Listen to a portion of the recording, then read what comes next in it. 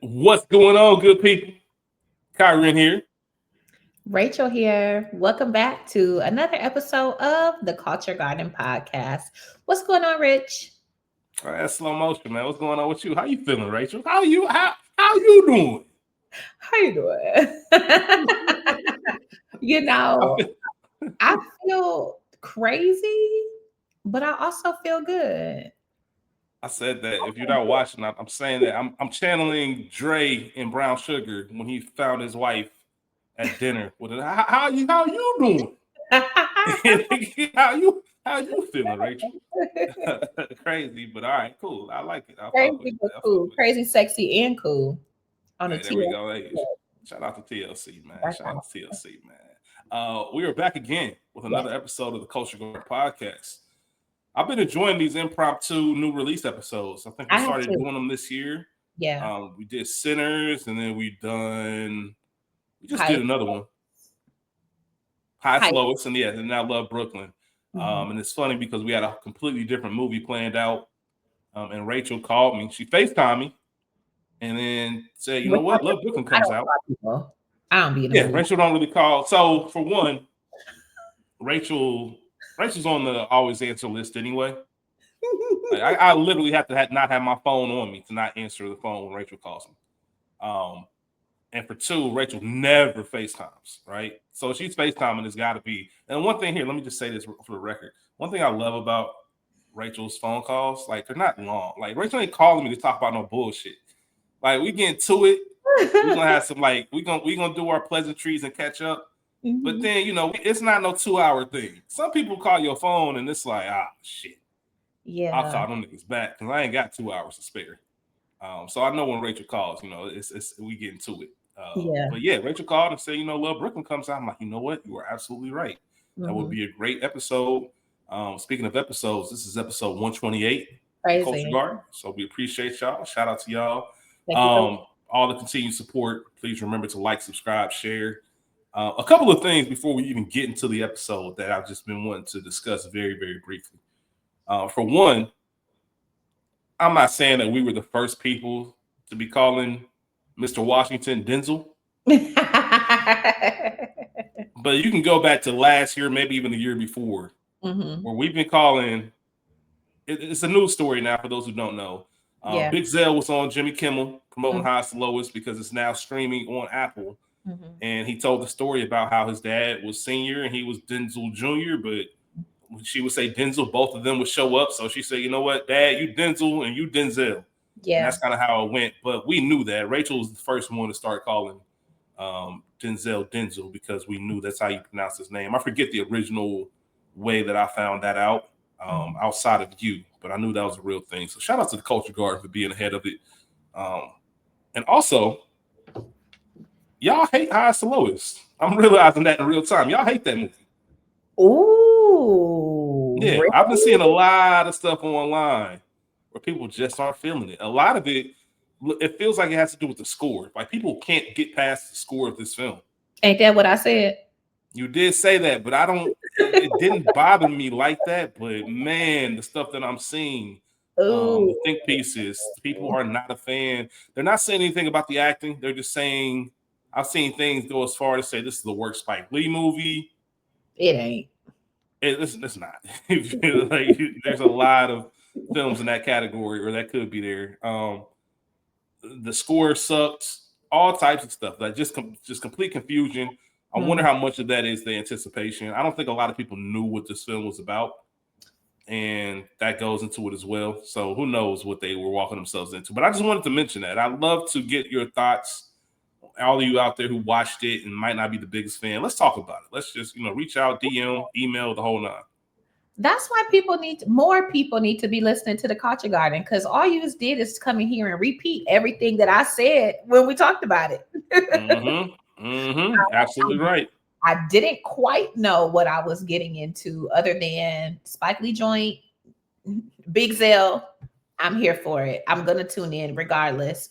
Um, I said I was gonna rewatch it, but I have been a little busy. since it's been released on Apple. So I am going to give it another chance. I'm going to give it another chance in my quiet time at home because unlike Sinners, I did not make it to the theater multiple times to see that. But now having seen it, I wonder what it looks like with, I don't want to say fresh eyes, but with trained eyes, you know, with anticipating eyes. So I'll probably enjoy it a bit more. I didn't hate it, but tricky. Yeah. It's some stuff that you got to navigate through, and I understand that, so it's all good. Sure. You know, there was somebody I saw. Go ahead. Ooh, I was gonna say, Ian, shout out to ASAP Rocky. I see he's in another movie coming up too. ASAP doing his thing. In that bag. Go ahead. ASAP doing his thing. Glowing reviews from Denzel as well. Yeah. On the press run, just talking about how impressed he is with him as a young man, how smart he is, and on quote a few times, just saying, you know, Rihanna, I get it. Yeah. Another one that the correct pronunciation is Rihanna. Mm-hmm. But Rihanna has just taken over, so it is what it is. Either way, we're here to talk about Love Brooklyn. Yeah. You just mentioned you had a couple watches in the theaters with Sinners, and that's one thing I do love about it. Going to our opening point, I like these because they're all fresh reaction. They're not like the typical Culture Garden where we're sitting at home, we're taking notes, we're pausing, we're rewinding. It's all fresh off the dome, which low key some of Rachel and myself better episode. Just fresh off the dome. There will be spoilers, so if you haven't seen it, it is showing in select theaters. If you haven't seen it yet, you know, I know there is going to be spoilers and there is explicit content. And like I mentioned, we're discussing Love Brooklyn, the synopsis of the film. 3 longtime Brooklynites navigate careers, love, loss, and friendship against the rapidly changing landscape of their beloved city. Rachel, I mentioned you FaceTimed. You said you wanted to go ahead and talk about this. How was your theater experience when you went to go see it? Like, I'm curious to know, A, were there people in the theater? And what were your overall thoughts as you were watching and leaving the theater? How did this film make you feel? Okay, I felt a couple ways. So let's tackle the theater experience first. So again, I stated that it is a very limited release. So I could not go to my desired theater. That already was side-eyeable. It was a headache, but the other one that was hosting the movie is actually closer to my house, but I don't know, there's a lot of fucking kids there. So really in the theater, like just at the complex in and of itself. So that was already irritating. But it's a no-no for me. It's a no-no for me. So we get there, and again, my desired theater is a bit nicer.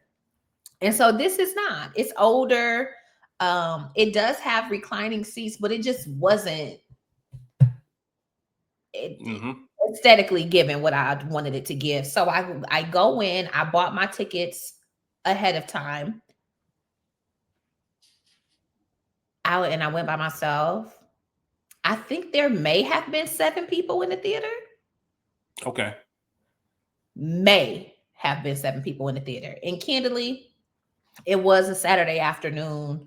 Ohio State was playing and a bunch of other schools, but you know, obviously Ohio State was blowing people out, so I didn't mind missing that particular game. I high key love this movie. Yeah. Hated the end.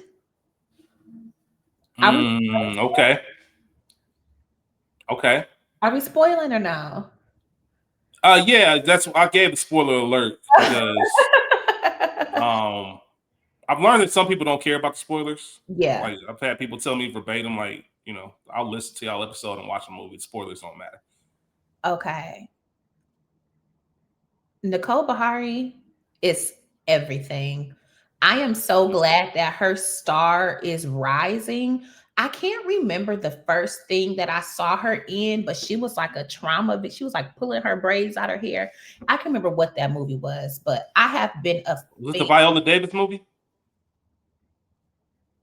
What movie is that? Back in the day. It was like 08. There was a movie in 08 when she it didn't even start her run because it was like this random movie, and then she didn't really repopulate until maybe the Black Mirror episode.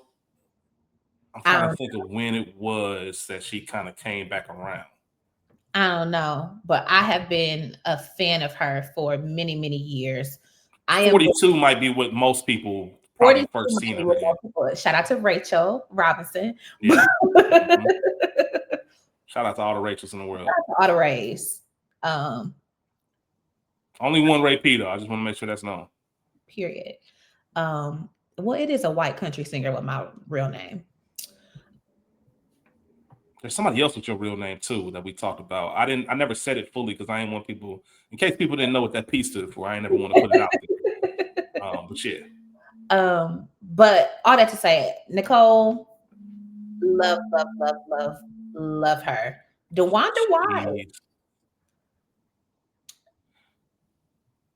This is different from how we've seen her, essentially. I kind of want to say that she almost was on the brink of being typecast into, I don't want to say a sex kitten, but a good number of her roles, she is empowering herself sexually. Amen. And while she was getting hers in Love Brooklyn, we see her as a single mother. We see her grappling with actual relationship. She does a little bit in Three Women because she was married on Stars. Pain. She's grappling with pain as well. Grappling with pain, grief, navigating newish love. Is it love? Because I'm not really your girlfriend. What's going on here? Yeah.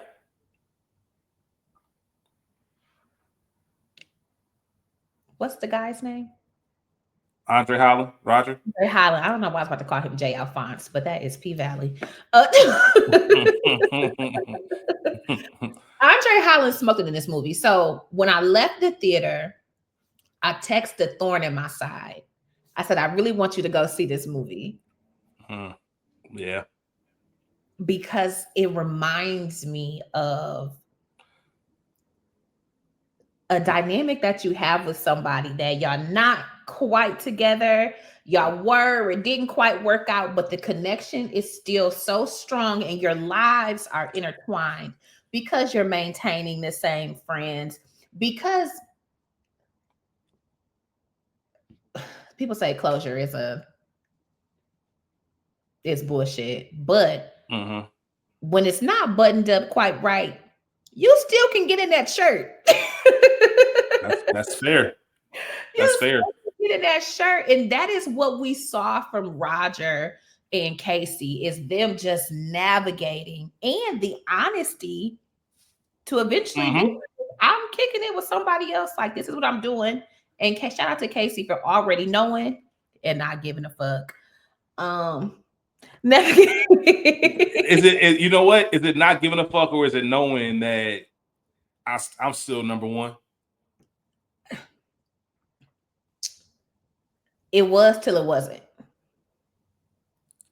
We'll talk about it because there's a lot of stuff that I want to talk about with it goes with the ending and everything you're saying. So, all right, let's hold that thought. It was till it wasn't, but I thought that this story was told beautifully. I'm not gonna hold you. The ending, I would have liked it to go another way, but probably went the way that it needed to. That's yep. I agree. You gotta let it go. We'll see what happens. But I also, man, love is tricky. Love is tricky. And shout out to Brooklyn and gentrification. And the more things change, the more they stay the same. You're 100% right. That was a major theme. If you watch it, it was subtle / not so subtle. Yeah. Like it was almost so on the nose about the things changing and staying the same. It was so on the nose sometimes with the messaging that you almost think that it wasn't on purpose. Yeah. Some of it was just so direct. They were clearly telling you what the theme and the story and how these two things intertwine. So as far as the theater experience for me, I saw it twice. Okay. So I saw it on Saturday Rachel and myself recorded for We Got Y'all. I saw it after that, and then I ended up seeing it late last night. Okay. A late showing because I wanted to just get fresh eyes. For one, I loved it. Loved it.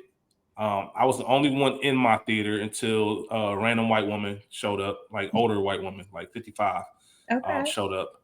And I love the theater experiences where I just kind of have the theater to myself.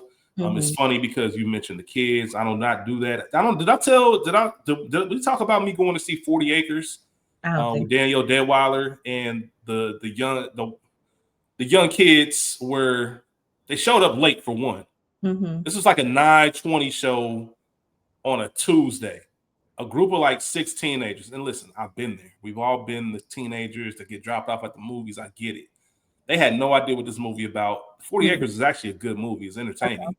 And they were just being loud. And I got on my unk mode and I had to get up out my seat and walk down to their row and go unk.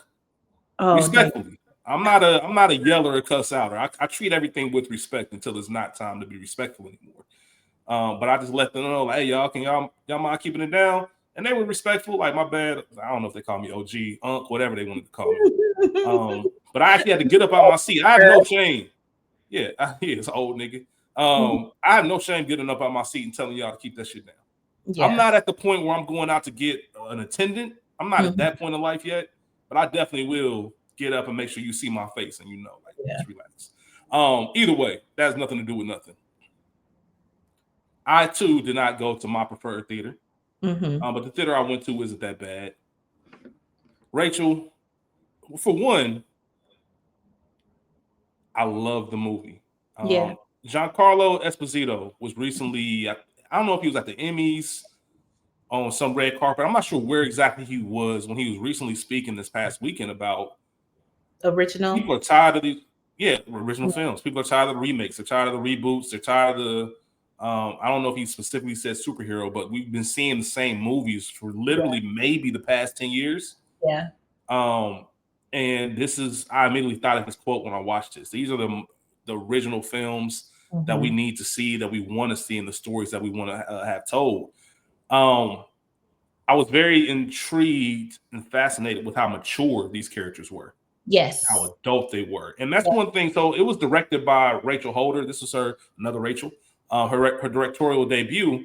And one thing that she said when I was reading up on this film that I thought was interesting, I want to get your thoughts on it. She said her favorite part, or one of her favorite parts about making this, was there were no villains in the film, right? They were good people working through relationships and connection. And even Roy Wood Jr., who plays Alan, which is Roger's best friend, who's played by Andre Holland, he had a moment when they were in the coffee shop and he realized that Nicole, who is the new girl, knew about Casey, which is the old girl, the woman he still hangs out with, has a very strong connection. And he made a comment of like, it's actually pretty healthy. And just there's a lot of honesty and a lot of truth. There was no, I feel like films like this in the past, the twist is always that somebody doesn't know. Yeah. Everybody knew. And they were talking about it very comfortably. There was a moment when Nicole was asking him straight up, like, you still love her? Why don't y'all get back together? Like, he's in your bed and you're having this conversation. Now, it is very unique because Nicole is a widow and she acknowledged the fact that I can't feel away. Like, I get it. Like, I understand what it's like to love someone in circumstances lead you somewhere else. But I also thought it was very compelling and intriguing that they could have these open and honest conversations. And I'm hoping that it's a mirror to what we can do. I think sometimes as people, we overthink things. For sure. And part of dating and part of these connections and these experiences are trying to figure it out. Like the bravest thing you can do is actually give it a shot. Yeah. And sometimes I think we think too much about it not working out. And I'm speaking for myself and, whoever else wants to listen. You automatically have this idea of not working out. And you haven't even given it a shot yet. You haven't even gone through the steps yet. You kind of just got to do it and then figure out what's what. And I think that probably has a lot to do with Andre's experience, which we'll talk about. Also, the way that Brooklyn was a character in this film reminded me of another film with love in the title, which is really love. And the way they use DC as a character throughout this film. A lot of similarities, not in the storyline, but just kind of the aesthetics and the cinematography and the way the feelings of what they once knew, even though it's not perfect, it was Yeah. familiar and it was home, and trying to navigate all this new stuff that has to do with it. Art galleries, a lot of similarities. I'm not saying that they're the same movie because they're really not, but I just could appreciate both of those things. Let me ask you a question that I kind of was digging around and saw that people had an issue with. I want to get your thoughts on this. And I noticed this right away during my first watch. We don't get any information or background on these characters. Did that bother you at all? Like, did it bother you that we don't know? Actually, before I even ask that question, at what point in this film did you realize that Casey and Roger had a thing? Because the first scene, we see them having drinks, and he's going on about this piece he has to write that he's not excited because I don't want to write about this evolving Brooklyn. I want to write about it, how it's devolving and the whole nine. And they're having just regular conversation. It would look like no different than me and Ray P catching up, having some wine, having some dinner, just talking our shit. At what point did you realize in the movie that they had a thing or were in a relationship? Did you know it right away? At that dinner. Okay. I knew it at the dinner too, but I Yeah. wasn't 100% sure until the film kind of kept moving on. No, it was very clear when she didn't allow him to pay for her. I was like, oh yeah, this is a funny little thing. Got it. See, that's that woman's point of view. That woman's point of view. Okay. So, but did it, all right. So, going back to my original point, did it bother you at all that there was no background between them? That we didn't know anything about why it ended. We didn't know anything about how long it lasted. We didn't know how they got to a point where they have such a strong friendship. Were you friends before decided to date? Did you start as dating and then decided to remain friends? Did any of that bother you about not having that background information about these characters?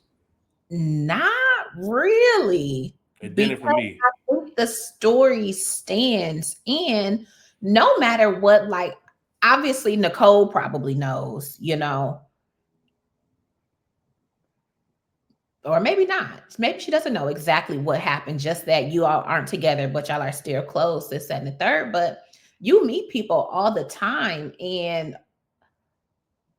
maybe I'll give you the background, but pretty much you meet people where they are. So you got to pick up where we are at this current juncture.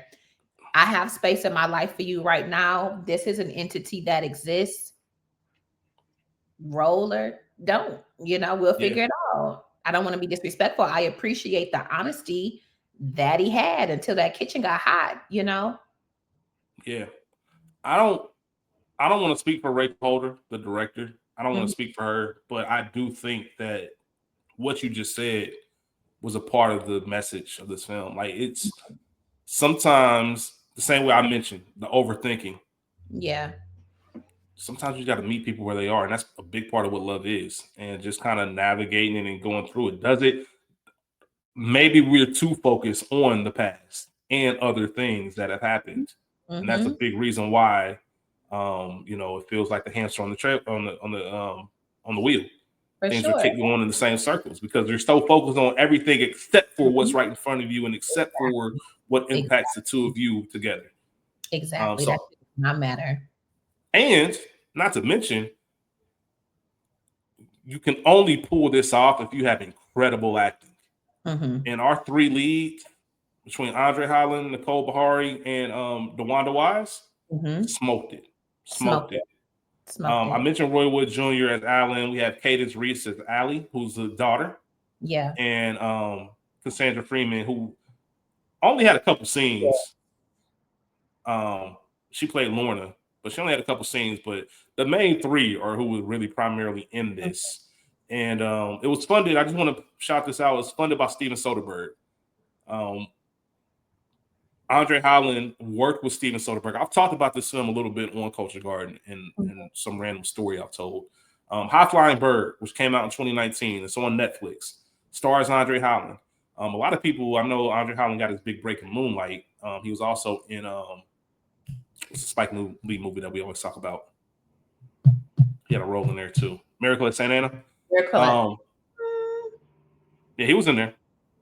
He was like a private, a very small role. Okay. And then of course 42, similar to Nicole Beharie. But he hasn't. When you look up his filmography, he hasn't been in a ton of stuff, which is Black and kind of white. insane. Yeah, yeah. You think Yeah. he's been in more because he's so good. It's starting to really take off. But I mentioned that because Steven Soderbergh directed High Flying Bird, so they had some history. Um, it was Andre Holland who was talking to Steven Soderbergh, which pretty much is like, "Hey man, it's kind of disappointing. We can't really find the funding." And Steven Soderbergh said, "Shit, I'll do it. I'll put the bread up, and ain't no thing to me." And he Oh. talked about, Steven Soderbergh. For those who don't know, famed director, Mhm. The Ocean's trilogy. I've talked ad nauseum about how Ocean's 11 is one of my favorite movies. Um, Magic Mike, which is a big, massive hit, directed that. Aaron Brockovich, Mhm. all types of stuff. Just acclaimed filmmaker. But one of the things that he said that I thought was very fascinating was, listen, I don't need a boat. I don't need a yacht. I don't need all these, like, I don't need a house in the south of France. Like, shout out to those who want that. But Yeah. me personally, I want to take my money and I want to help people create things. Yeah. Love And that. I believe that an artist, and I love that because he can see a story and he has a connection with Andre Holland and sees a work of art like Love Brooklyn and says, you know what, films like this should be made, and shame on the studios for not really backing it like it should. But I'll go ahead and step in and we'll make it happen. And just shout out to him because if it wasn't for that bread, then we might have never seen this, or who Ooh, knows in what capacity. So yeah, shout out let's shout out Steve Soderbergh. Um, I don't know if this is on purpose, and maybe because I went to DC recently and the conversation of concrete jungles came up. to. Hmm. Brooklyn looked a lot greener than maybe I've probably seen it. I don't know if that's just a me observation. It just seemed like there was more plants, more trees. I think they Well, were really trying to show a life in it. they were in the park quite a bit. Mm-hmm. I know New York is obviously given the title, the concrete jungle, but I think Brooklyn is kind of green when you get into like the neighborhoods with homes and this and the third, Okay. not just housing projects. It looks a little bit different. Yeah. These are people with So dollars. yeah, that's fair. That's fair. Mhm. Let's talk about some of these characters and Yeah. how they're all kind of wrapped up. So we talked about Andre Holland, who plays Roger. Roger is a writer, Yes. and what we know is that he's been hired, commissioned. I'm not sure what the correct term is when you're hired to do some work, but he pitched a story about the evolving Brooklyn. Mhm. And like most writers, one day you just wake up and realize I don't want to tell that story anymore. But Yeah. editors don't play that. This is what the story you told us, and Mhm. this is what we're expecting from you. He's struggling to actually get that story because he doesn't believe it. He doesn't feel it. He's truly an artist. And as we mentioned in the opening scene, we see him and Casey having that conversation and kind Mhm. of going on about it. And you see just I don't know, Rachel, you touched on it a little bit. Unless you've experienced this, it's hard to really explain. I know we've used this quote before. Like, it's nothing like somebody that gets you. Baby, I get you. Like, they were just so comfortable, So in sync. so in sync. And you saw it all throughout the movie. Mhm. Saw it all throughout the film. Like it was just from the art museum that they went to just the way they were able to keep it open and honest, to the looks and the expressions in their faces. It was right there. And that does not come overnight. That Mm-mm. is a level of intimacy that has been cultivated. I mean, it could have been a quick romance, but that is years of development. Even if you juxtapose all of that with what we saw between he and Nicole, it was never that. Mm-hmm. It was never that. It was never, even in sexual situations, it was never that intimate. It was never that knowing, even though Nicole was like, you just know what to do with me. You She said that, yeah, know what to do. yeah, But you could just be skilled in the arts. yeah, yeah. And I think when she said that, I think he took that from a sexual stance, and then she said, like, no, you know it gets to me. Yeah. Nicole's a widow, as we mentioned before, with a young daughter. Mm-hmm. And it was maybe I don't know. I don't know off the top of my head, but whenever we see the situationship played out on screen, there's always an imbalance. And I feel like this one was very balanced. Like they both knew exactly what it was, especially Nicole. Your non-girlfriend. Your non-girlfriend. I think that one of the key differences, and I could be wrong, but for me, these characters are older. These characters are our age. Mm-hmm. And I think that that is one of the key differences when you think of the difference and you compared it to Really Love earlier. And so while they're not the same, but they were younger. They are 20s. These people are mid to late 30s, pushing 40, established in whatever capacity.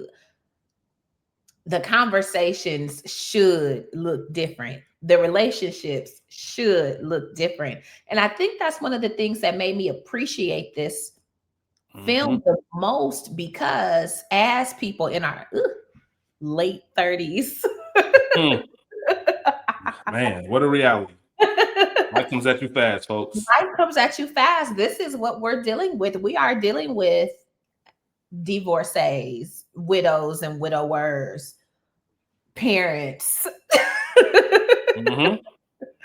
It's more than a notion. And with maturity, you expect it to look a certain way. And that is what we see on the screen, is these older people navigating love and relationships and with each other and with themselves, because we see everybody is grappling with their own internal struggle as well. It's not just I'm going through it because you won't commit to me, or I'm a widow so I'm sad. Like there's a lot going on here. Yeah, you said it perfectly. And I know I alluded to this. Usually when that conversation of I'm still not your girlfriend, like you coming over here, we're not doing anything in the daytime. But you're not staying the night. You're not staying the night. You literally on some drive-by, drop dick off, have a few pleasantries, and you riding your bike back, a few blocks away. Usually when that conversation's had, it's more of a argument or a fight. It's like, nah, man, I'm just making light. I'm fucking with you. I know what this is too. And you said it perfectly, Rachel. That's what's expected at this age. Nobody really has time for the games or the nonsense. Like, it is what it is. Like, it's cool. Like, nobody's going to. Life has taught us all of these lessons already, which is why nobody really needs a tutorial, and you're not really, dare I say, breaking someone's heart. Just keep it all the way a buck. And that's another reason why I don't need to know how Roger and Nicole met. I don't need to know how it ended up with them just being in this weird situationship. I don't need to know the conversations that's had about, I have a daughter, but I still want to do this. There's a moment later, which I'll talk about in more detail, but Nicole was pretty much like, I have needs. Like, I'm human. Like, I have needs. Like, I get it. And watching them just kind of figure this out with respect. Yeah. Because we see Roger go to the coffee shop with Alan and having those convos. And he said, it's a little complicated with, the daughter and all that. And even the moment when, kids being kids, I don't never get to see Roger. I want to spend time with him. That's when you get into that weird, okay, I'm sure that's when Roger has to think, all right, what am I doing? Because I can't just be taking this woman's daughter on play dates at the park if it's just some stick and move situation. Now, see, that was dare I say, the one thing that had me with a major, major, major side eye. One, young lady, that is Mr. Roger.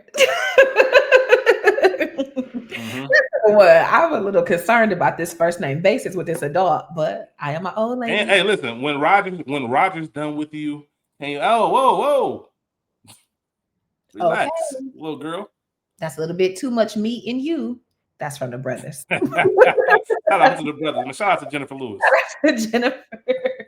I didn't love that, but this is the only place where it got confusing for me. Only, quote unquote. Prior to Allie coming into the room and saying that she wants to spend time with Roger. Okay, so obviously you've met mommy's friend. That's cool. I understand that your father is in glory. So you, as a daddy's girl, I know that you are missing that. Howsoever, the way that Roger and Nicole are initially presented, I'm coming through when she goes to bed. I'm not spending the night. I'm going home. There's limited interaction other than some pleasantries. So the fact that you want your own day and the fact that you, mom, are comfortable with you doing school pickup, that means your name is on the list. There's a plan in place and you going all afternoon with just you and my baby, and you want to come over at night. Candidly, he's vetted. Like, I don't think that you're a sick person. I'm not saying it like that, but that was the first time that I felt like the relationship was more than what we have been presented. Absolutely. Because I don't even have no kids, but you're not fucking taking my baby if you just a nighttime like you're not seeing my child. We're not seeing her. And candidly, Allie was busting up in the room. Like, she was disrupting the thing. So you don't always have the most control over that. But locks exist. Locks do exist. And she obviously knew who he was. And she knew who he was. So that was the only thing. Especially when you consider, go ahead. Go ahead. Especially when you consider in real time, we saw their first time being out, which was the birthday party for Allie. Not Allie, but his daughter. Yeah. Him and Bree, I think Bree was his wife's name. Yeah.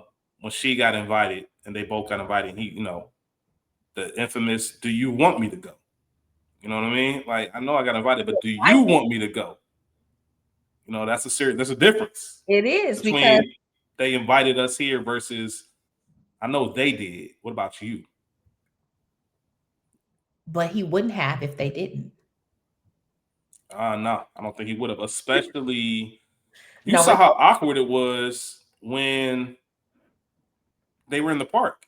And Casey brought it up. Casey was on some, all right, we about to party. And you're like, all right, well, hold on real quick. And he tried to play it up like, you know what, it's nothing. It's nothing. I might be there with somebody. And she was like, oh, okay. Like, and once to your point, Rachel, she knew that weeks ago. I know about this woman. I already knew. Come on. Speaking of, it's hard being number one. Speaking of being in the park, the awkward run-in with the old thing. Yeah. Does that ever happen where I feel like those run-ins should be a real quick, like, oh, what's up? Good to see you. This is such and such, that's such and such, and you keep it pushing. There was just a lot of, all right, I'm just standing here. You see Roger's kind of standing around, just looking up on some, all right, what we doing? Old girl. His girl was doing the same thing. Like, all right, who is this woman? Like, you all just up here in the middle of the park, just catching up, and nobody knows what's going on. I've not had any of that because I like to keep my life very separate. But at a time when that was not quite the case,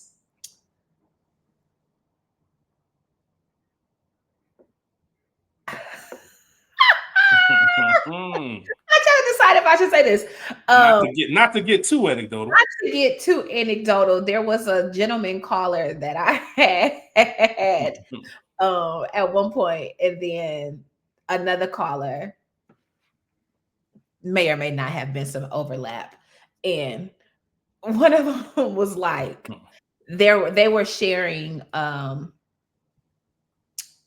They were partaking in a circle. Yeah. Yeah.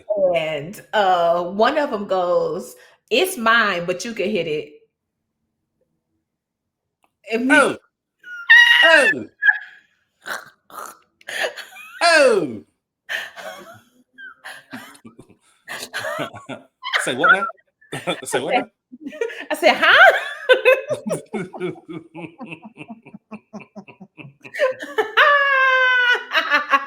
Shut You up. a nut, Rachel. Anyways, yeah. You a So no, nut. not quite that. Not quite the same, but So Roger, which a couple of times in this movie, there were things that Roger said that I've mhm. said verbatim, like just small stuff, nothing crazy. Just like I'm thinking about the art museum, right? Mhm. So in the opening scene, as we discussed, he invited her, and we see another kind of giveaway that there was a little funny little thing. Mhm. You know, hey, there's this art museum, and all I do every day is look at art, right? Yeah, Yeah, but worst case scenario, they got a good bar, which hotels, art museums, like some of the best bars you can possibly find. for sure. But And he off of mentioned that. gummy. You said what? And off of gummy. Come on. Yeah, and off the gummy that he slipped on. And once again, these things work because of the friendship has already been established. The relationship has been established. It doesn't have to be anything that's. One thing I can't appreciate is neither one of them, minus one scene, neither one of them were. When you hang out with the ex, Mhm. usually there's a 50 to 60% chance there's gonna be some conversation about, oh well, we can try this again, we can try to make things work. It was strictly on some, you my nigga, I fuck with you, I love being in your company.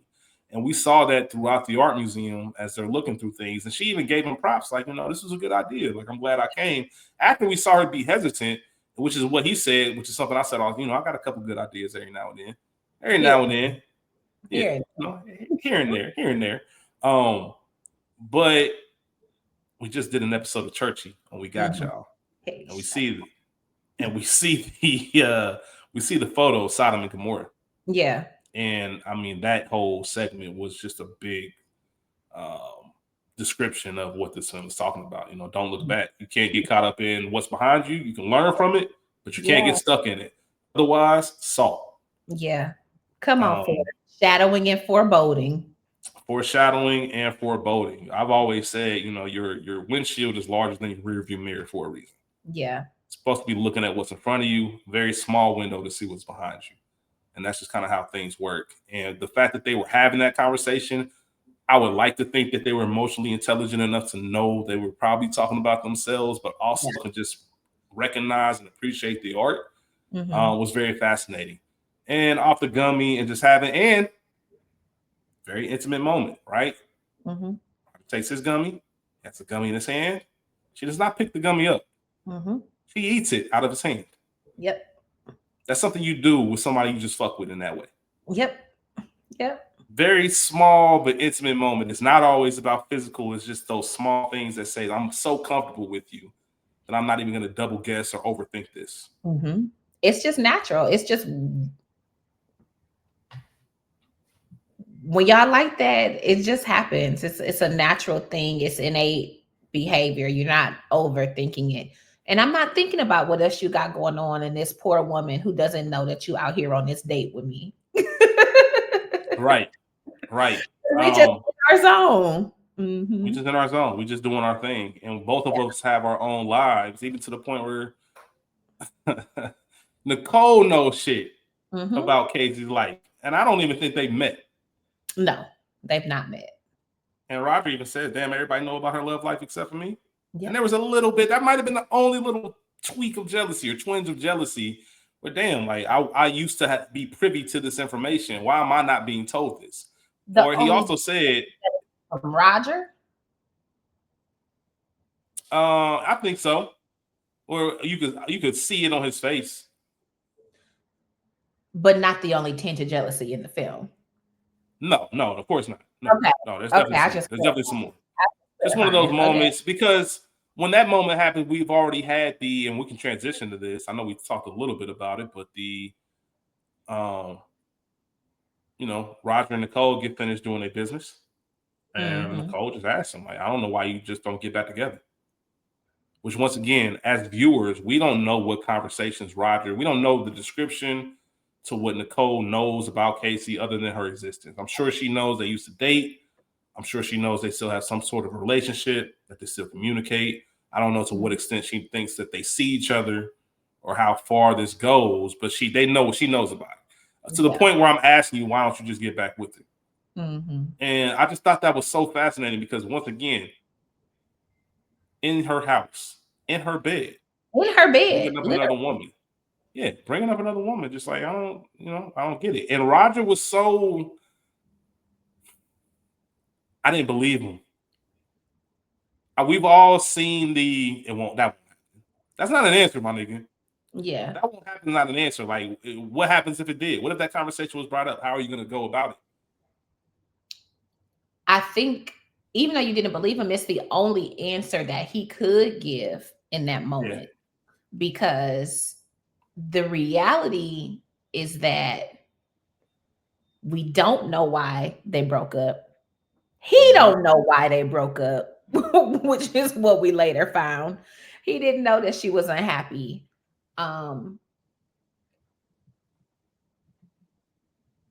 What can you say in the bed of your partner after we've just shared each other? What can I say? Because you're asking me about my ex, and it's a probing question. Not only did Roger get defensive, but he was low-key salty with her even asking, because why are you asking me this right at this current juncture? And candidly, Nicole has a right, because I want to know. You can, as far as I know, you can go back to your love. I can't get my love back, so I want to know where your mind is. Yeah. I want to know where your heart is, because the truth is that it's not 100% here. We know that. It's clear.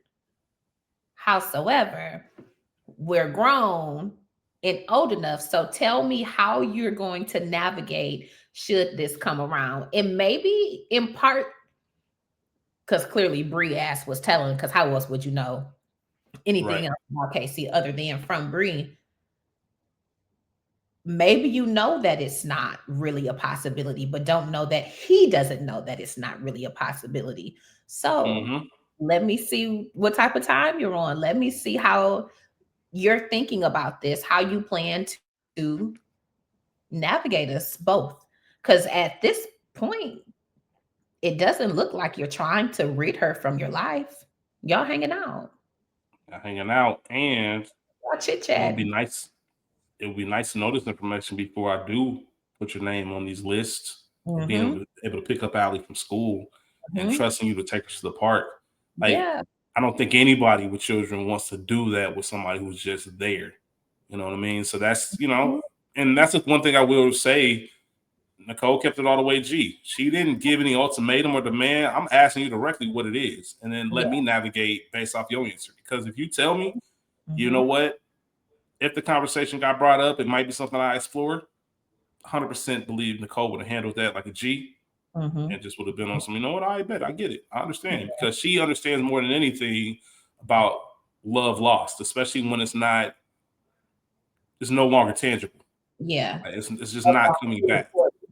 And there might have been another part of her that says, you know what, given that I know what that feels like, if you do still love this woman, Then do that. please, for the sake of me, do that. Explore that. Like, don't take that time for granted, because you never know what's going to happen. Yeah. So I think a lot of that had to do with it as well. Alan summed up a lot of the stuff in the film with one simple line where he told Roger, all of the above is not an answer. At the end of the day, even though everybody's an adult about this, everybody's cool about it, we've seen on screen both of these women hear the other woman's name, and there's no conflict. None of the above is not an answer. At some point, you're going to have to figure out what it is that you want to do and how you're going to navigate it. And there's the scene where Obviously, the park happens. Mm-hmm. First and foremost, let me ask you, Casey showing up to the park. And Thoughts? um, loved it and hated it. Cause Mm-hmm. girl, stand up. You're insane. Like you're insane. You got to stand up.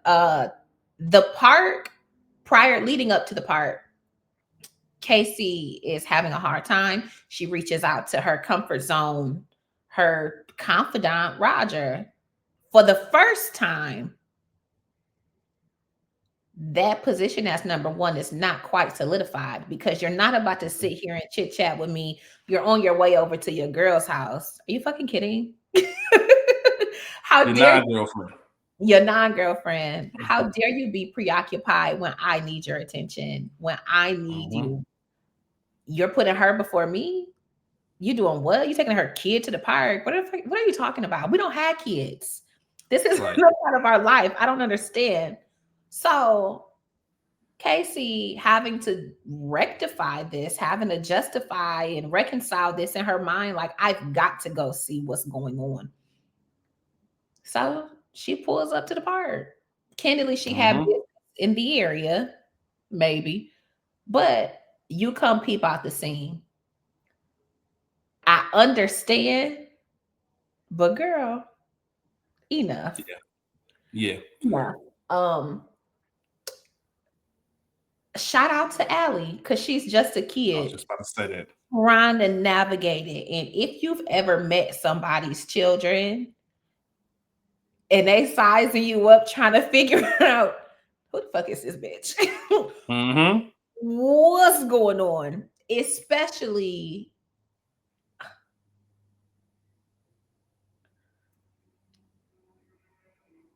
if it may or may not be tricky with the mama. You know what I'm saying? So Yep. here are these children. Here is this child. Yep. Here is this Are you? child. Mm-hmm. I'm not fucking with you. Oh, are you going to kiss like you kiss my mom? You said y'all just friends because y'all not in a relationship. You're Mm-hmm. not my Like boyfriend. no, we're just friends. You and my mom are just friends. We friends that we not quite the same friends. Yeah, we're a But different type of friend. low key, you are. Mm-hmm. One girl fulfills my physical need. Not a girl Roger was trying to lose. Uh Mm-hmm. and that's just that. But shout out to them navigating that. Um I think Go ahead. I was just gonna say the alley thing. That's obviously that's not a trope, right? I know we've seen it in multiple movies, but that's not a trope. Kids are like that. Kids will Yeah, do that. for They'll sure. put you on the spot. For Reminds sure. me of when we did the photograph episode, Mhm. right? And then as the niece is in there Tangerine. talking to Tangerine. yeah, calling her the wrong name of the old girlfriends, or you Mhm. hey man, the kids will put your business out there. They'll tell it. But one thing I want to say about that scene, I talk all the time about how much I love expression acting. Mhm. So everything you just said, Rachel, about let me pull up and put eyes on this. Yeah. Let me see. I got to see it. Once they kind of gave their hug Mhm. and she was on her way, there's a moment where Roger's looking at Allie and talk about said Nicole. Um, it's weird because the character's name is Nicole, but the actor's name is Nicole, but she plays Casey. Mhm. Casey looks at him, just kind of this stare, like, I'll be damned. This nigga Yeah. really, Doing something. I might not be number one. Yeah. Yeah, I might lose this nigga. Yeah. And I loved it because we have a 3-4 second stare. She Mhm. walks, and as she's walking, he has his 3-4 second stare. Mhm. Like, damn, like, what am I doing here? Like, that's a moment I can speak on as a man. Not that I'm going through that exact situation, but just those moments of it's now or never. Like, I gotta really figure. I'm out here taking this woman's daughter out on play Right. dates, like, and I'm Mhm. sitting here with this woman who just popped up on me that I still love clearly. Mhm. I need to figure out what the fuck I got going on. Which, once Yeah. again, all of the above is not an answer. You got to figure I something love out. I love that. Um, Um shout out to all of that. And then later, I know we're not recapping the whole thing, but this beautiful day is again disrupted. And this pissed me off because when the lady in the park said, "Is she yours?" Roger said, "For the day." Mm-hmm. A father would not say that. Right. So I don't understand how she still went on with the "you and your dad." Mm-hmm. That pissed me the fuck off. Cause girl, He played it cool. He kind of like it's cool, but you could tell he was like, "Nigga, you just fucked up everything." everything we were Especially having. when it's so. It's one thing if your dad just ain't around. Mm-hmm. You know what I mean? Your dad, he the chef up north, or he got something else going on. Yeah. But when daddy's in heaven, Mm-hmm. that's a whole nother thing. And The now the whole day ruined. whole day is And ruined. that's how Roger and Casey even end up connecting because they go home. Nicole's made this curry chicken. Mm-hmm. Allie's obviously off. And once again, this is their first time hanging out. You done brought some random bitch. Allie, not only that, Nicole's instantly in mommy mode. Like my Mm-hmm. daughter's off. Mm-hmm. Like, you know what I mean? Something's going on. What happened? And shout out to Roger for being all the way real. Listen, we was at the park, this happened. Mm-hmm. And Allie being shady. You know what I'm saying? And Something about the other lady, the other woman. What other? Oh, Casey pulled up. Which, let me ask you this. I asked you about just your thoughts on Casey pulling up to the park. If you're Nicole and you find out that Casey's pulling up on a play date with my daughter, is that more of a conversation? So I'm not a mother. Mm-hmm. I understand where it can be tricky and complicated. Yeah. I've not been in that type of situation, but I have been, I don't know, I guess, dare I say the Casey, but I was like invited. I'm supposed to be here. Yeah. I'm supposed to be here. And said children were also present, and it didn't go over super well. Sure wanted.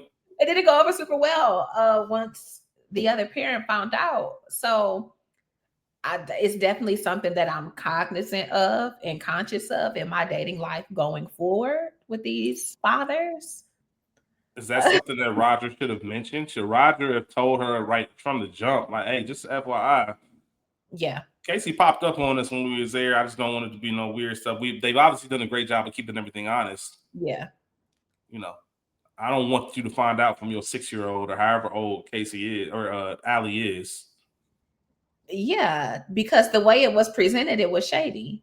And Casey wasn't shady by coming. Howsoever, you protect yourself by being honest. Yeah. Even though it's not a lie, but it is an omission because you ain't said shit. Because imagine that's not brought up until after you leave. Now I'm hearing from my 6, 7-year-old, 8-year-old daughter. There's a whole nother woman at this park.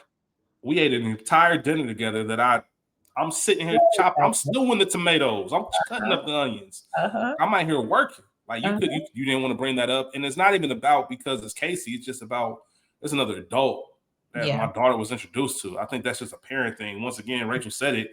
Neither one of us are parents, but I would imagine that if I did have kids, like nigga, who was around my child? Like, exactly. ASAP. No questions asked. All of that leads to, you know what? It's a little bit weird. Feel a little bit off today. I'm gonna go ahead and slide out as soon as he leaves. Like literally didn't even get to the next house on the street.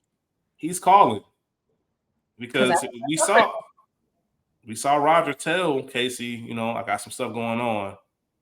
If I free up, I might be able to call you. Well, guess what? He freed up. He ends up going over to Cassandra Freeman's house. I forget her name, but she's in the art business, and he's there saving Casey and just kind of doing the thing that they do. You do when you love each other, showing up for you. And we see them at this dope spot. It looks like having some drinks. It might have been the first. I don't know if that's the same place where they had the opening scene. Oh, maybe. Either way, they doing their thing, and as they're walking outside, a few drinks have been flowing, which is usually how the story starts. Yep, it gets tricky. People get handsy. Also get very comfortable just being yourselves. They play, they do their thing. Casey's the one that says, you know, you're trying to hit that joint. Like, what's up? They go outside, they smoking, and next thing you know, Roger has this feeling like, yo, what am I doing? Like, this feels too right. Mm-hmm. He goes in for the kiss, and you see Casey like, hold on, and then she obliges. Yeah. Before Roger can even say what he wants to say, Casey immediately put that wall up. Don't say it. Don't do it. Like, you don't even know what I was supposed to. Nope, because you don't mean it. You don't mean it. If you wanted to, then you would. But you didn't. You don't know what you want, and that makes you strange. Mm-hmm. To Casey's credit, you don't think I don't know that I'm fucked up? Which is one of the realest and most honest things that you could probably tell. You don't think I don't know that I'm fucked up? Like, bro, come on now. I thought you knew me. Yeah. I know that. I'm very aware. Let it go. She just kept saying, let it go. It's too tangled. It's too much. Just let it go. Mm-hmm. And then we find out a little bit more in the background. I was about to say Andre. Roger had no idea she was unhappy. You just cut it off. You just broke it off, which makes me even more intrigued as to how you found this connection. Okay. Hey, man, listen. You said it, not me. You said it, not me. Get the fuck on, nigga. Bye. Say what you want, and shout out to Black Panther. You froze. Yeah. Roger froze. That was his moment. It was his moment to really give the cinematic speech, the one you've been practicing in your mirror, the moment that you've been waiting on, if it ever got brought up, which Nicole predicted. If this conversation gets brought up, what's going to happen? And Roger had nothing to say, and Nicole gets in that taxi. Or excuse me, Casey, what's up? What? Why didn't he? I think the only thing that I took from that, we've talked about this before, the idea of someone in the reality is much easier than the reality. Yeah. And to be honest, I don't think we ask ourselves that question enough. And when you're put on the spot with it and you don't have an answer, sometimes that's your answer. Yeah. Is this because because we've got these drinks flowing and this feels right? Or is it because that I really want to do this? Or am I chasing something that seems like it slipped away? Because probably all of the above. All of the above. Maybe all of the above is an answer. Yeah. Because to Casey's point, if you wanted to, then you would have. We've heard it all before. Listen, people make time for the things that they want. Mm-hmm. You know what I mean? They'll make things a priority if they really want it. I've been here this whole time. You don't know how to actually make this work. Yeah. Now's your shot. All right, big dog, go ahead. I'm listening. Nothing to say. I need to get this taxi. Yeah. I'm out. Enough. Which leads to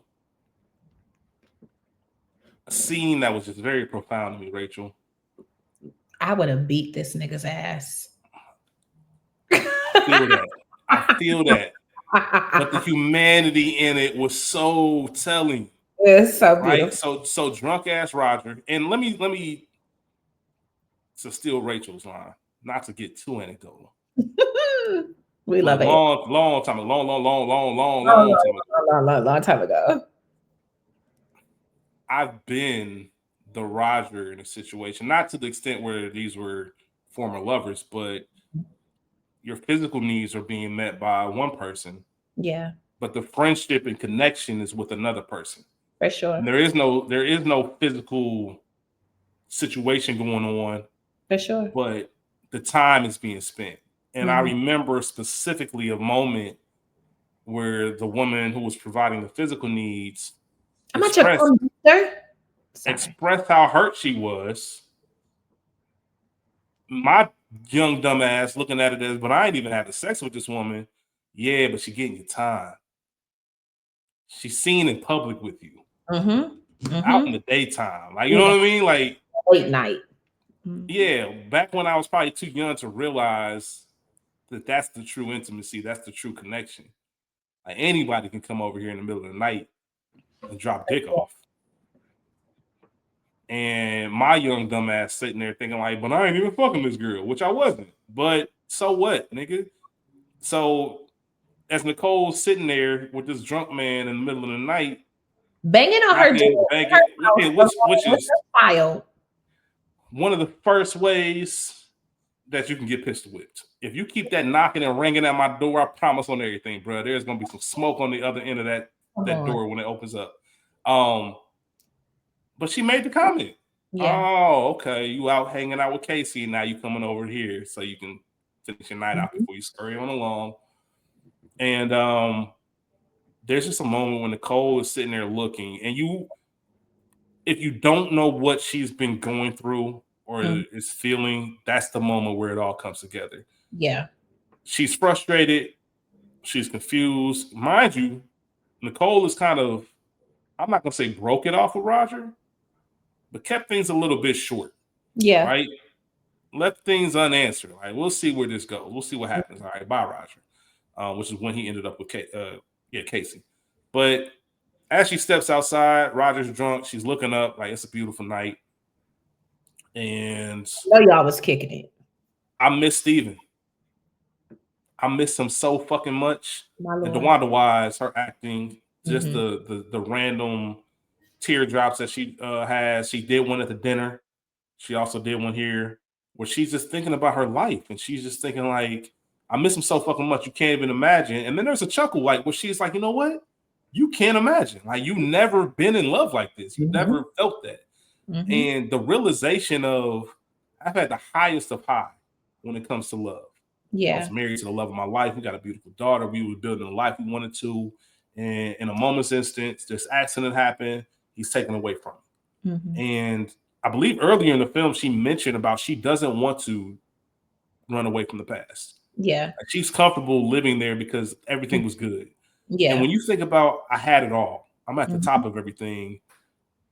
And now it's come to drunken men showing up at my door in the middle of the night. After they've been with the love of their life all day and come to slay me. And then the humanity of taking that deep breath and saying, all right, come on in. This is where we are. Yeah. This is where we are. That scene was just incredible to me because sometimes we just don't get what we want. For sure. And if this is the alternative, like if I go from the love of my life to your drunk ass banging and knocking, if that's all that's left for me, then fuck it. That is what it is. That is fucking bleak. It's bleak. It's hurtful. It's painful. It is disrespectful. Yeah, it's disrespectful. And just that, you couldn't imagine. You can't even imagine. You have no idea what it's like. It kind of reminds me of a scene in Good Will Hunting when Robin Williams' character is telling Matt Damon's character, like everything that you talk about and you regurgitate, you read that in a book. Like if I ask you about a painting, you can tell me about this and that, but you've never been to the Sistine Chapel and looked up and seen that artwork. If I ask you about a woman, you can maybe quote some poetry or whatever, but you never looked in a woman's eyes and felt completely vulnerable. Yeah. Like, you know what I mean? These are life experiences. Nicole's lived these life experiences. Like you just trying to figure out, and it's almost embarrassing because I had the perfect nigga and now I'm stuck with you stumbling and bumbling over, to your point, Rachel, after you just spent the time with the love of your life. Shout out to Ghost. On a beautiful night. On a beautiful night. And all I want is my nigga back. That's it. And it's not you. But you're here. And this is what we got. So let's talk about the ending before we get out of here.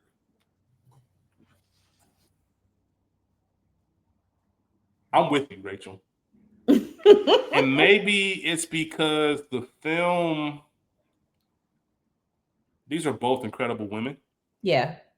Obviously, Nicole who knows if there's no child involved, if there is no pain with the not ex-husband, but the um with her husband who passed, maybe Roger looks at things a little bit differently. Maybe not. I don't know. But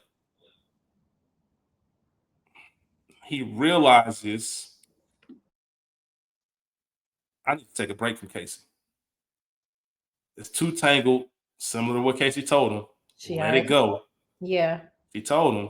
And this is their first interaction since that conversation. And she apologized, probably too many drinks. I said some things that I don't think you're strange. Just some emotions. We've all been there. And he said they needed a break. The film portrayed the way they painted Roger and Casey is the way that hopeless romantics view themselves and their partner. Just that natural chemistry, understanding each other, being dependable. Like I had a bad day. I could really use a friend, really use someone to talk to. We can drink together. We can smoke together. We can laugh together. We can talk shit together. We can do our goofy little dances. We can get high in the art gallery. We can break down this Sodom and Gomorrah painting. Literally, we can do it all. We can be open with each other about what's going on in life. And the one thing that I think we were cheated out of is that moment of clarity for Roger. That's the one thing I will say I would have loved to have seen. What happened that made you realize I need a break from her versus going over there and having the conversation of, you know what? I'm finally going to say the things that you were asking me to say before you got in that cab.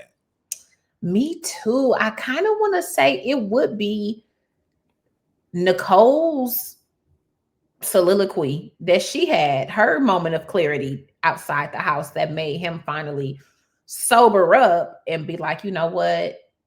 All of this shit is fucked up. Let me pause this here too, because again, my relationship with you, I'm not going to say caused me to drunkenly go back over here, but it definitely was a catalyst in me drunkenly stumbling back over here to girlfriend number 2. Shout out. Was that Pleasure P? Pleasure P. Shout out to Pleasure P, man. I can respect Casey's, I don't want to say coldness, but what else is there to talk about? Like, ain't no like, all right, bye. I'm getting up and we don't need no hug. We don't need nothing. I'm out. I'm back upstairs. Because here's the thing. Casey was anticipating it going back to how it was. Thank you for coming over. Look, let's apologize. Clear the air. We back to our normal bullshit tomorrow. So now I have to grapple with your breaking up with me, quote unquote. Even though I broke up with you before, but now here you are breaking up with me. Motherfucker, what? What is there to talk about? What we saw from Casey in that moment, the night before, or whatever day it was, she's the one who has the ability to put the wall up and to see like, oh no, this is not going to end well. And so now here we are. I'm usually the one in control of the situation. And here your ass is on my stoop telling me it's over. Now I don't have control. I am getting my heart broken. I understand and I'm also comfortable with the relationship, with maintaining the relationship however we have it, as long as you're still in my life. And now you're telling me I get neither of those things? Motherfucker, peace. Get the fuck on. We don't have shit else to talk about at this current juncture. I've lost my goddamn business. Like, am I man? Are you crazy? It's nothing else you can say to me. Peace. My brother.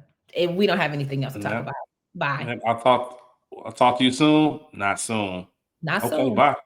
Oh, bye. No. Because the tears were already coming down. Once she knew what it was, like, he hit her with the, man, don't do that. Like, come on. Like, this is best for both of us because it's too messy, but that's real emotion.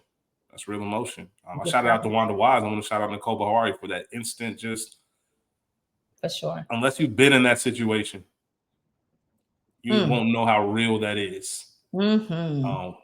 And you mentioned, we didn't even get too much into the whole gentrification, buying up the block, but losing everything. We talk about all the time. You said what? She's losing everything. Losing everything. We talked in previous episodes about, don't sell grandma's house, and in this situation, grandma left the building. Yeah. And it kind of goes into this whole thing where this isn't the same place. Like, we can't look back. Like, I know I'm going to go to the neighbors, and I'm going to see what they have to offer, because what this building was when I got it isn't what it is now. The place where it is, the location, any of that. And that kind of is the perfect way as we get into the end of the movie.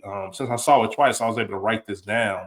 And it's about the article that Roger wrote. And there were some bars in there. He just said, the city was perfect, and then it started to shift. It was a different city back then. I mourn the loss of my old city, but I don't live there anymore. My Lord.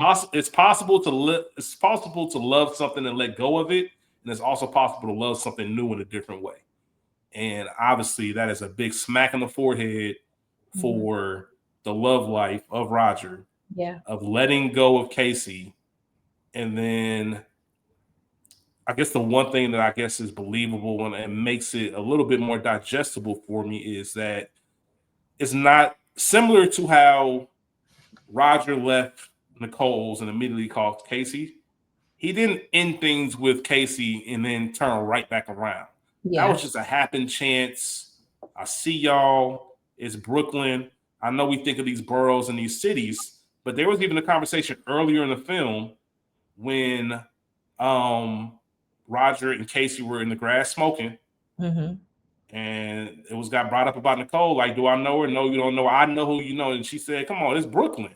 Like it's only but so small. These cities are big, but they small. Yeah. It's Brooklyn. Like, yeah, I know, but I know who you know and you don't know her. Period. So it's not random for him to be on this run. Yeah. And being able to see them in the park, because I'm sure it's the same park he took her to, the same park they always go to. And was able to say hi. And then they kind of rekindled or maybe start exploring what could be.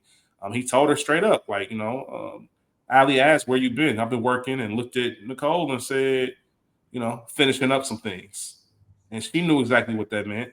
But it just didn't feel right. The chemistry just felt so strong, almost to the point where if you told me, if there was a TMZ article that came out and said Andre Holland and Nicole Beharie was dating, I believe it. That's how strong their chemistry was. So I think, going to your point, Rachel, as to why you didn't like the ending, because it felt like they were supposed to be together at the end. It felt, come on, dog. Come on, man. That's him in school. Him in school. I never felt that Roger and Nicole, obviously not getting anecdotal. I, Rachel, wrestle with relationships. Don't we all? Who would have guessed that? But passion is so important to me. Chemistry is so important. And so for me, and this is movies, it's not real life. So in the movies, I want to see the passion. I want to see the chemistry. And I understand that sometimes you have to do the easy thing. And sometimes chemistry, it'd be a lot of explosions in that motherfucker. So it can't always be that. But I never felt like what Roger and Nicole had was special.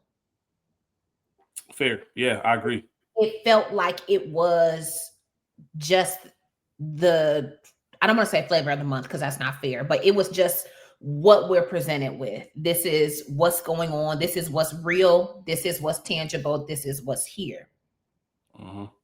Even when you look at Alan and Bree, we didn't even really get into it, and we don't have to, but Alan spent the whole movie obsessing over other women. Bree knew his ass wasn't going to do anything. In the moment he almost had a chance to, He didn't. Because he understood what was special. And this is my wife. It's my wife's goddamn birthday. I got to get these flowers. I got to do X, Y, Z. You cute though. Yeah. It ain't that. Again, had Casey not stopped it with Roger, he would have indulged in the thing that was special and beautiful to him. I would have rather it be a new woman and I'm exploring the new Brooklyn and a new horizon.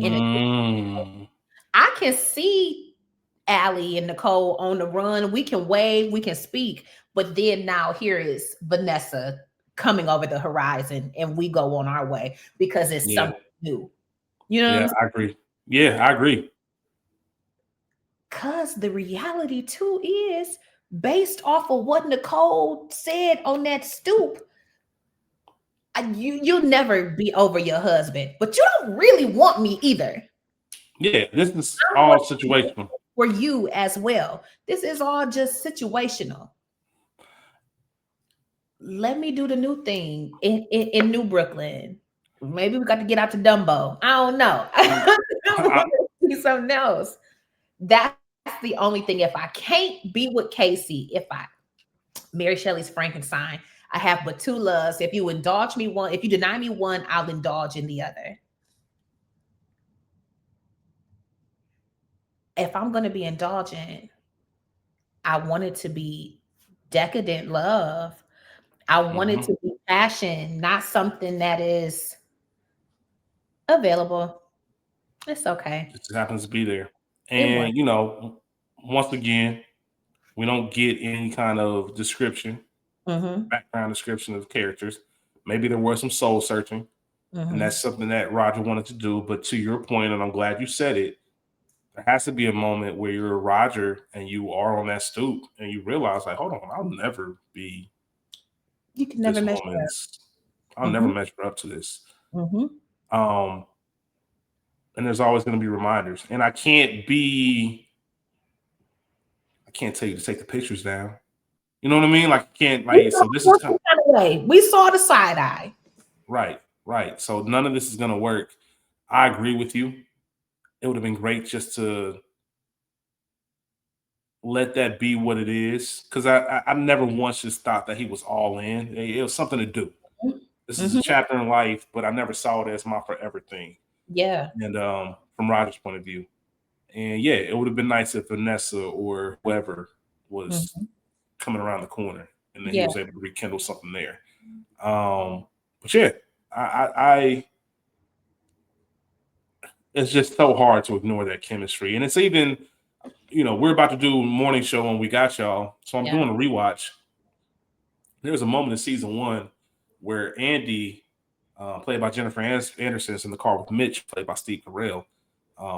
Did I say, what did I say? Anderson. Did I say, my fault? Jennifer Aniston. Damn. And she has a moment where she says, I'm Barbara for real.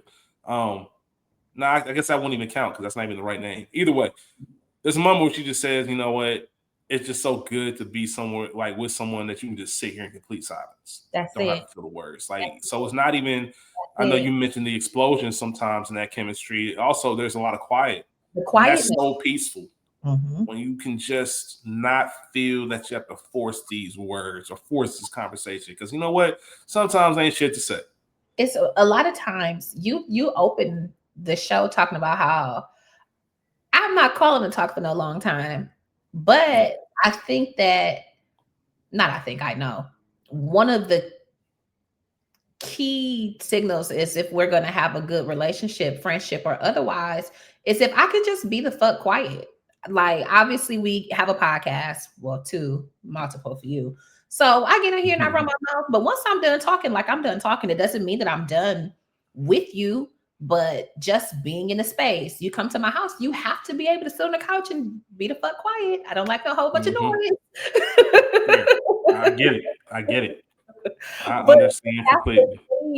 And that comes with intimacy and knowing people, the golden, beautiful silence. And it's not awkward. And it's when it's loud in a good way. Yep, absolutely. Rachel, this was fun. I really enjoyed this conversation. Love Brooklyn. Shout out to Rachel Holder, directorial debut. For sure. Shout out to Paul Zimmerman, the writer of the film. Shout out to Andre Holland, Nicole Beharie, DeWanda Wise, Roy Wood Jr., Cadence Reese, Cassandra Freeman. Please, if you are able to go out and support this film, please do so. This is probably one that a year from now, 18 months from now, once it's actually streaming and out and about, once people have more eyes on it, I'm sure Rachel and myself would double back and maybe do a traditional episode where we dig into some of these themes and explore some of these concepts a little bit more. But this was a fun conversation. I really want people to watch it because I really want to talk to people about it. Yeah. It's one of the better films that I've seen in quite some time, and I really enjoyed it.